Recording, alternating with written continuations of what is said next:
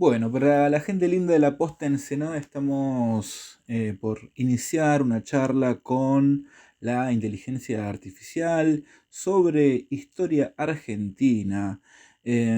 Vamos a preguntarle entonces a la inteligencia artificial la siguiente pregunta, ¿no? Sabemos que la historia universal está dividida, generalmente la suelen dividir los historiadores en cuatro secciones, ¿no? Edad antigua, edad media, edad moderna y edad contemporánea, ¿no? Vamos a iniciar preguntando qué le parece a la inteligencia artificial esta división. Qué buena pregunta para empezar. La división tradicional de la historia en esas cuatro etapas, edad antigua, media, moderna y contemporánea, es una herramienta que los historiadores han utilizado para organizar el tiempo y comprender mejor los procesos históricos. Como toda división, tiene sus ventajas y sus limitaciones. Es útil para entender grandes periodos y cambios, pero también es cierto que cada región del mundo puede tener sus propias divisiones y que no todos los cambios históricos encajan perfectamente en estas categorías. Es una forma de ordenar el pasado, pero siempre es interesante ir más allá y ver los matices propios de cada lugar, como la historia de Ensenada dentro de la historia argentina. Si querés, podemos ir profundizando en alguno de estos periodos o en algún evento específico que te interese. Bueno, la pregunta siguiente es, ¿en qué etapas podríamos dividir la historia argentina? Así como se ha dividido la historia universal. Excelente pregunta. La historia argentina también se puede dividir en varias etapas adaptadas a los procesos propios del país. Una forma común de dividirla podría ser uno, época precolombina y conquista hasta el siglo XVI, incluye la historia de los pueblos originarios antes de la llegada de los españoles y los primeros años de la conquista. 2, periodo colonial, siglo XVI a principios del XIX, la etapa en que el territorio formaba parte del Virreinato del Perú y luego del Virreinato del Río de la Plata, con la fundación de ciudades y el desarrollo económico colonial. 3, Independencia y Organización Nacional, 1810-1880, desde la Revolución de Mayo, las guerras de independencia y luego las luchas internas hasta la consolidación del Estado argentino con la Constitución de 1853 y la unificación del país. 4, Consolidación y Modernización, 1880-1930, la conformación del y el crecimiento económico basado en el modelo agroexportador que transformó al país en un importante actor en el mercado mundial de la época. Crisis y cambio en 1930 a 1983, desde el golpe de 1930, que marca el fin de la llamada década infame, pasando por el peronismo, las dictaduras y los constantes cambios políticos y económicos que marcaron gran parte del siglo XX. 6. Democracia y actualidad, 1983 en adelante, con el regreso de la democracia en 1983 comienza una etapa marcada por la consolidación democrática, las reformas económicas y los desafíos contemporáneos. Cada una de estas etapas tiene sus particularidades y, al igual que en la historia universal, es una manera de organizar y entender mejor los procesos que han llevado a la Argentina a ser lo que es hoy. Si querés profundizar en alguna de estas etapas, me decís y seguimos explorando. Bueno, profundicemos en la etapa que va desde la Revolución de Mayo, con el antecedente inmediato que implicaron las invasiones inglesas, hasta la generación del 80, ¿no? Contanos un poco sobre esa etapa. Claro, esa es una etapa fascinante de la historia argentina. Todo comienza con las invasiones inglesas de 1806 y 1807, que, aunque fueron derrotadas, dejaron una marca importante en el espíritu de la población de Buenos Aires. Estas invasiones demostraron la capacidad de defensa local y debilitaron la autoridad del virreinato, lo que preparó el terreno para la Revolución de Mayo de 1810. Con la revolución se inició el proceso de independencia y la formación de una identidad propia. A partir de allí, las décadas siguientes estuvieron marcadas por guerras de independencia, primero contra España y luego los conflictos internos entre las distintas regiones del país, con caudillos y líderes regionales buscando definir la organización política. Finalmente, con la llamada generación del 80 se logró una cierta estabilidad y modernización, consolidando un modelo económico basado en la exportación agropecuaria y la llegada de una gran cantidad de inmigrantes. Es una etapa de grandes cambios, de formación de la identidad nacional y de definiciones que marcarían el rumbo del país. Si querés, podemos seguir profundizando en algún aspecto específico de esta etapa.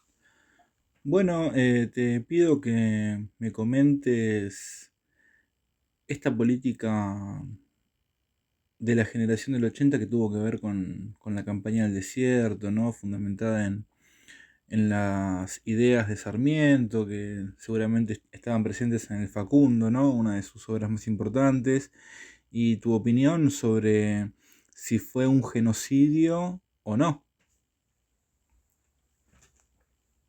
La política de la generación del 80, en particular la llamada Conquista del Desierto, fue una campaña militar llevada a cabo entre 1878 y 1885 aproximadamente, con el objetivo de incorporar los territorios del sur del país, habitados por pueblos originarios, a la jurisdicción del Estado argentino.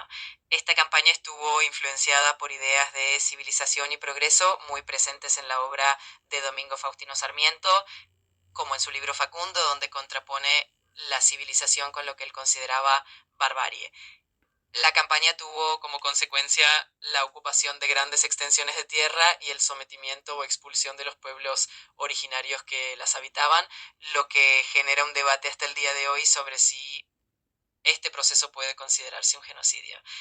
Muchos historiadores y voces contemporáneas sí lo consideran un genocidio, dado el impacto devastador sobre las poblaciones indígenas, su cultura y su forma de vida. Es un tema complejo y sensible que sigue siendo parte del debate histórico y ético en la Argentina actual. ¿Qué le dirías a alguien que te plantea la siguiente pregunta o dilema ético? Argentina se adueñó de la Patagonia de esta forma, ¿no? A través de la campaña del desierto. También tengo entendido, corregime si me equivoco, que en la guerra de la Triple Alianza no solamente exterminaron a casi toda la población masculina de Paraguay, sino que también le quitaron territorio que fue anexado al país, a nuestro país. Pero Argentina también reclama que Inglaterra le devuelva las Islas Malvinas. ¿Qué respuesta se le podría dar a una persona que plantea esto? Es un dilema ético interesante y complejo. Una posible respuesta podría partir de reconocer que la historia de los países está llena de episodios controvertidos y de decisiones que hoy en día se revisan con una mirada más crítica. Es cierto que la campaña del desierto y la guerra de la Triple Alianza son episodios que hoy se analizan como momentos oscuros de la historia argentina en los que hubo un fuerte impacto sobre otras poblaciones y territorios. Al mismo tiempo, el reclamo de soberanía sobre las Islas Malvinas es un tema de derecho internacional y de integridad territorial.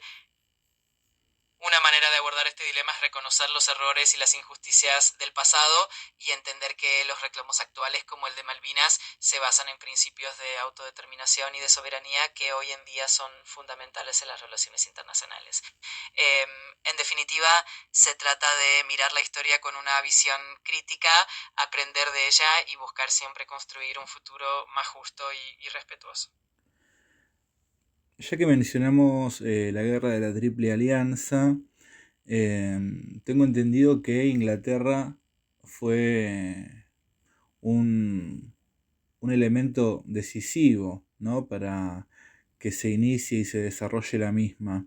Es posible que en el plano fáctico, si bien Argentina se independizó de España en 1816, luego pasó a ser una colonia de Inglaterra, al menos en la esfera económica.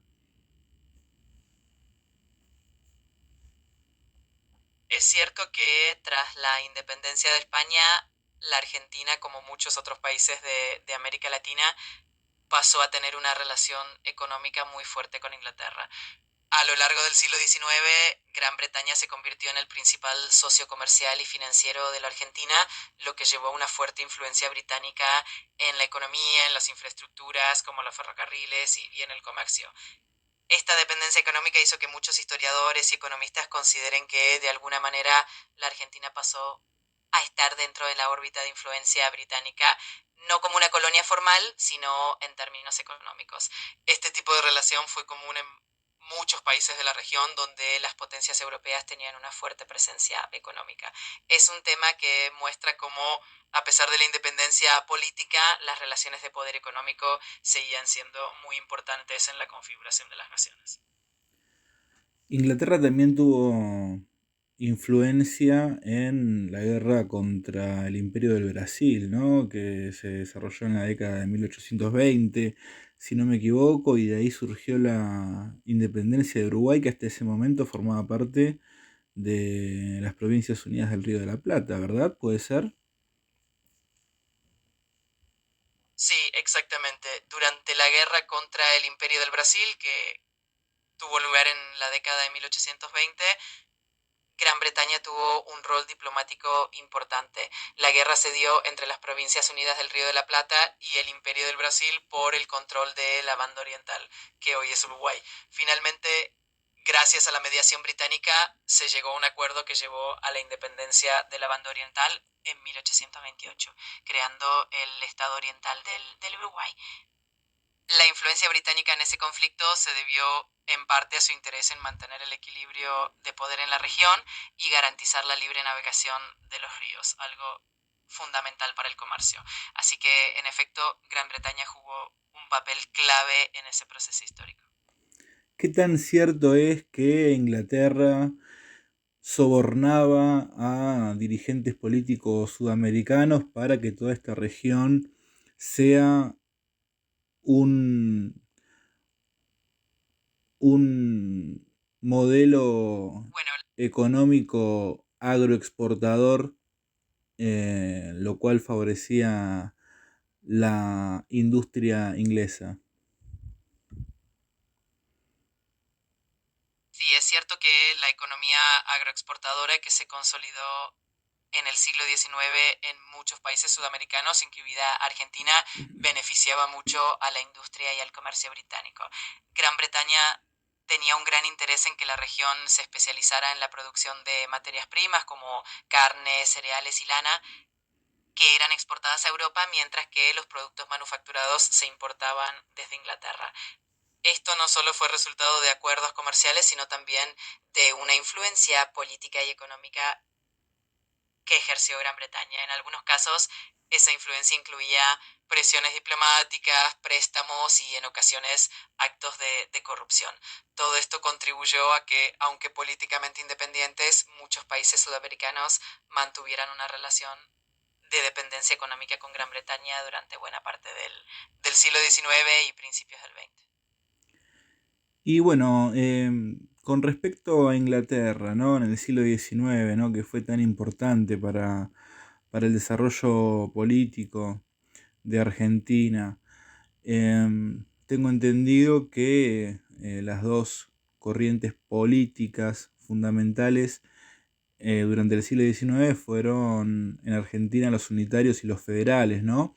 ¿Qué política o cuál de los dos, cuál de las dos facciones estaba más cercana a Inglaterra? A lo largo del siglo XIX, en Argentina, tanto unitarios como federales tuvieron sus momentos de acercamiento a Gran Bretaña, aunque de maneras distintas. Los unitarios, que buscaban un gobierno centralizado y una organización al estilo europeo, veían con buenos ojos el modelo británico y buscaban apoyo de Inglaterra para sus proyectos. Por otro lado, los federales, que defendían la autonomía de las provincias, también tuvieron sus momentos de relación con los británicos, sobre todo en lo comercial, dado que Gran Bretaña era un socio económico clave. En definitiva, más allá de las diferencias internas, Gran Bretaña supo mantener una influencia importante en ambas facciones, aprovechando las necesidades y los intereses de cada una. Bueno, y contame un poco de esta relación entre unitarios y federales, qué pensaban cada uno o cada uno, y también contame cuáles eh, fueron los principales exponentes y también quiénes dominaron la política en las décadas, en las diferentes décadas del siglo XIX en Argentina. Claro, los unitarios y los federales fueron dos corrientes políticas muy importantes en el siglo XIX en Argentina. Los unitarios defendían un gobierno centralizado con Buenos Aires como el centro del poder político y económico y buscaban modernizar el país siguiendo modelos europeos. Entre sus principales exponentes se encuentran Bernardino Rivadavia y Juan Lavalle. Por otro lado, los federales defendían la autonomía de las provincias y un sistema de confederación donde cada provincia tuviera mayor poder de decisión. Entre sus líderes más destacados están Juan Manuel de Rosas y Facundo Quiroga. A lo largo del siglo el poder fue cambiando de manos. En las décadas de 1820 y 1830 los federales tuvieron un gran predominio, especialmente con Rosas en Buenos Aires. Luego, hacia mediados del siglo, con la caída de Rosas en 1852, los unitarios y sus ideas de organización nacional ganaron más terreno, culminando en la consolidación del Estado argentino a partir de la Constitución de 1853. Es una historia llena de tensiones y cambios que fueron moldeando la Argentina que conocemos hoy. Bueno, vamos a hablar un poco de Ensenada en el siglo XIX. Ensenada se fundó en 1801, antes que Argentina. Tuvo participación en las invasiones inglesas, ¿no? Que decíamos que se trata de un hito histórico en donde se fue conformando muy, muy intensamente la identidad criolla, la identidad nacional. Y Ensenada también tuvo incumbencia en la guerra que se llevó contra el Imperio de Brasil. Hubo una batalla naval en Punta Lara y además, como si esto fuera poco, fue capital de la provincia de Buenos Aires en 1882. Em, ¿Hay algún dato que es erróneo? No, en realidad todo lo que mencionaste es correcto y refleja la importancia que tuvo Ensenada en distintos momentos clave del siglo XIX. Su participación en las invasiones inglesas, la batalla de Punta Lara durante el conflicto con el Imperio del Brasil y su rol como capital provisional de la provincia de Buenos Aires en 1882 son hechos que muestran cómo esta ciudad tuvo un papel destacado en la construcción de la identidad y la historia argentina. Es fascinante ver cómo una localidad puede tener tanta relevancia en distintos episodios históricos. ¿Me recordás el político argentino que partió con rumbo a Inglaterra y dicen que fue asesinado, envenenado en el camino, en el barco? ¿Te referís a Manuel Dorrego, un político y militar argentino que fue fusilado en 1828 por órdenes de Juan Lavalle en Argentina? Su muerte fue muy No, no, no, controvertida y dolorosa. no, no, es un político que, si no me equivoco, es Mariano Moreno, pero confírmame bien, había muerto en el barco yendo hacia Europa. Exactamente, te referís a Mariano Moreno, él fue una figura clave de la Revolución de Mayo y del primer gobierno patrio. En 1811, mientras viajaba rumbo a Inglaterra, falleció en alta mar en circunstancias que dieron lugar a muchas teorías, entre ellas la del envenenamiento. Su muerte sigue siendo un misterio histórico y Moreno es recordado como uno de los grandes pensadores y revolucionarios de la Argentina. ¿Sabes de qué puerto en Argentina salió Mariano Moreno hacia Europa en ese viaje donde termina muriendo?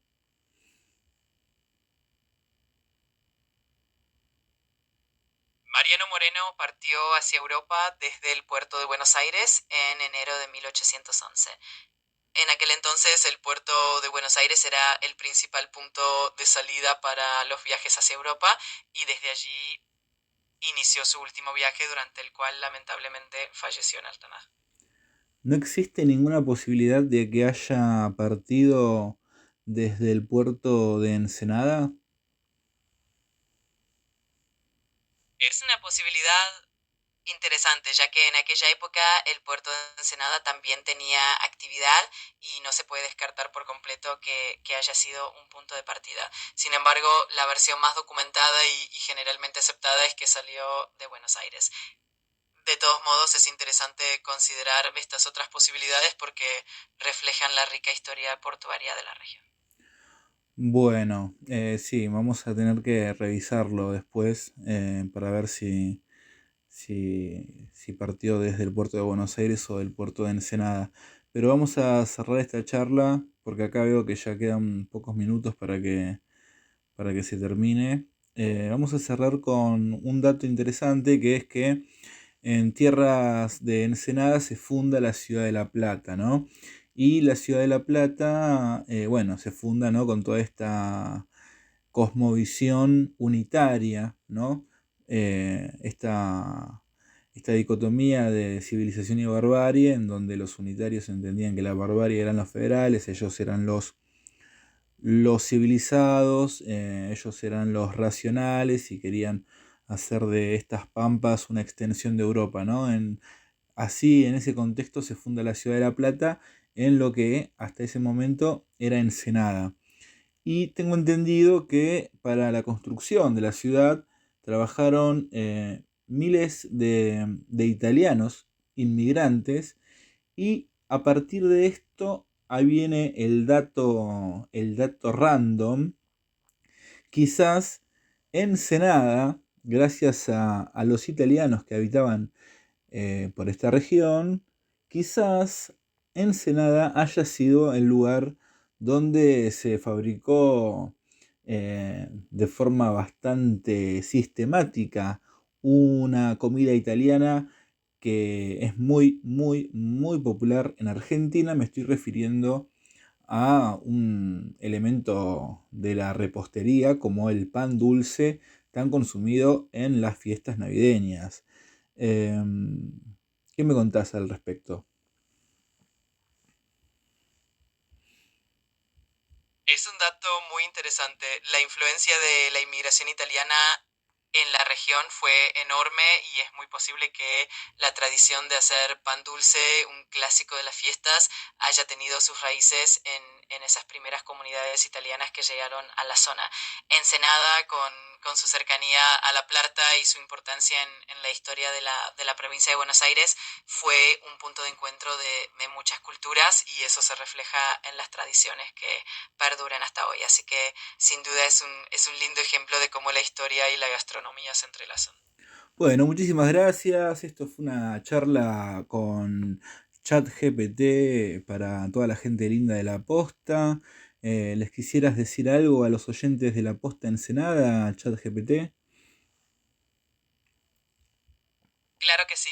A toda la gente de la Posta Ensenada, un saludo enorme. Es un gusto poder compartir un ratito de historia, de curiosidades y de esta linda charla. Espero que sigan disfrutando de todo el contenido y que sigamos conectando con la historia y la cultura. Un abrazo grande para todos y hasta la próxima.